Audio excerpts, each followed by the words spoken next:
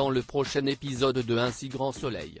Tandis que Léonore et Marc s'embrassent, Julie quitte Montpellier. Attention, les paragraphes qui suivent contiennent des spoilers sur l'épisode d'Un si grand soleil diffusé demain soir sur France 2. Si vous ne voulez rien savoir, ne lisez pas ce qui suit. Jeudi 26 octobre 2023 dans Un si grand soleil. Léonore et Marc s'embrassent dans la matinée, Henrik passe à l'hôpital pour prendre des nouvelles de Léonore. Comme elle doit sortir aujourd'hui, il propose de la raccompagner mais Léonore indique que ce n'est pas la peine car Marc s'est déjà proposé. Elle lui fait alors comprendre que c'est mieux ainsi puis l'encourage à regarder les choses en face. D'après elle, cela ne colle pas entre eux car il manque ce petit truc en plus. Un avis qu'Henrik finit par confirmer. Triste, il décide de partir et de la laisser se reposer. Plus tard, Berthier appelle son avocat pour lancer la procédure de divorce. Henrik surprenant la fin de leur conversation, Berthier précise à son collègue que c'était la meilleure chose à faire. Selon lui, il n'avait plus d'avenir avec Marion. Au cours de la conversation, Berthier questionne Henrik sur son histoire avec Léonore. Ce dernier lui révèle donc qu'ils ne sont plus ensemble. Pendant ce temps, Marc appelle son rédacteur en chef et obtient l'autorisation de prendre son après-midi pour aller chercher Léonore à l'hôpital. Après avoir pris des nouvelles de son ex-femme, Jacques cherche à savoir comment il va. Marc avoue alors qu'il a eu peur de perdre Léonore et que cette histoire a remis pas mal de choses en place dans sa tête.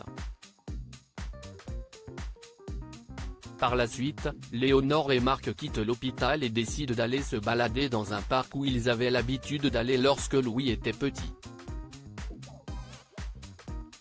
Sur place, ils s'installent sur un banc puis se laissent aller à quelques confidences. Une fois que Marc lui a dit combien il a eu peur de la perdre, il l'embrasse passionnément.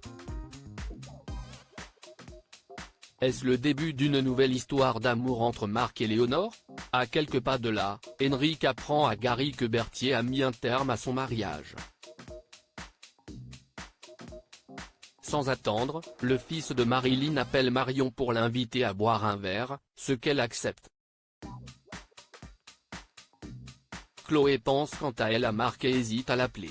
En rentrant, la greffière apprend de la bouche de son mari que Marc est passé chercher Léonore à l'hôpital et qu'ils étaient très proches et complices. Comprenant qu'ils se sont remis ensemble, Chloé peine à encaisser la nouvelle. Julie quitte Montpellier. Berthier appelle Sylvain afin de caler une date pour son contrôle annuel des logiciels de l'entreprise. Malheureusement, Sylvain l'informe qu'il n'est plus en charge de la maintenance informatique de Elle. Cosmétique. C'est désormais son collègue Alain qui prendra le relais. Au commissariat, le commissaire Becker félicite ses équipes pour l'affaire des montres volées.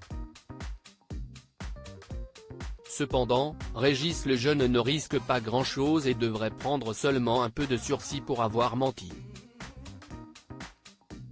Pendant ce temps, Jade remercie sa patronne d'avoir été aussi compréhensive à son égard ces derniers jours. Cependant, Jade souhaite faire preuve d'honnêteté et finit par révéler à Sandra qu'elle n'a jamais été vendeuse avant de venir travailler ici. Mais Sandra l'avait très bien compris et ne lui en tient pas rigueur. Tout ce qui compte pour elle, c'est que le travail soit fait correctement. De son côté, Manu invite Alex à se joindre à lui et Eve pour boire un verre au sauvage après le travail. S'il accepte avec plaisir, Alex refuse cependant que ses amis invitent une de leurs amies. En effet, le policier a besoin de temps pour faire le deuil de sa relation avec Julie. En fin de journée, Alex, Manu et Eve se retrouvent autour d'un verre. L'ambiance est à la bonne humeur. Et autant dire que Manu est content de voir Alex en forme. Certain que c'est le bon moment pour lui de rencontrer quelqu'un, Manu propose plus tard à sa compagne de lui présenter Sabine. Jade accompagne quant à elle Julie à l'aéroport. En effet, cette dernière part une semaine pour faire un essai dans un palace. Si on lui propose le poste là-bas, Julie compte bien l'accepter et s'installer à Paris car elle a besoin de changer d'air après ce qu'elle vient de vivre. Julie quitte donc Montpellier les larmes aux yeux.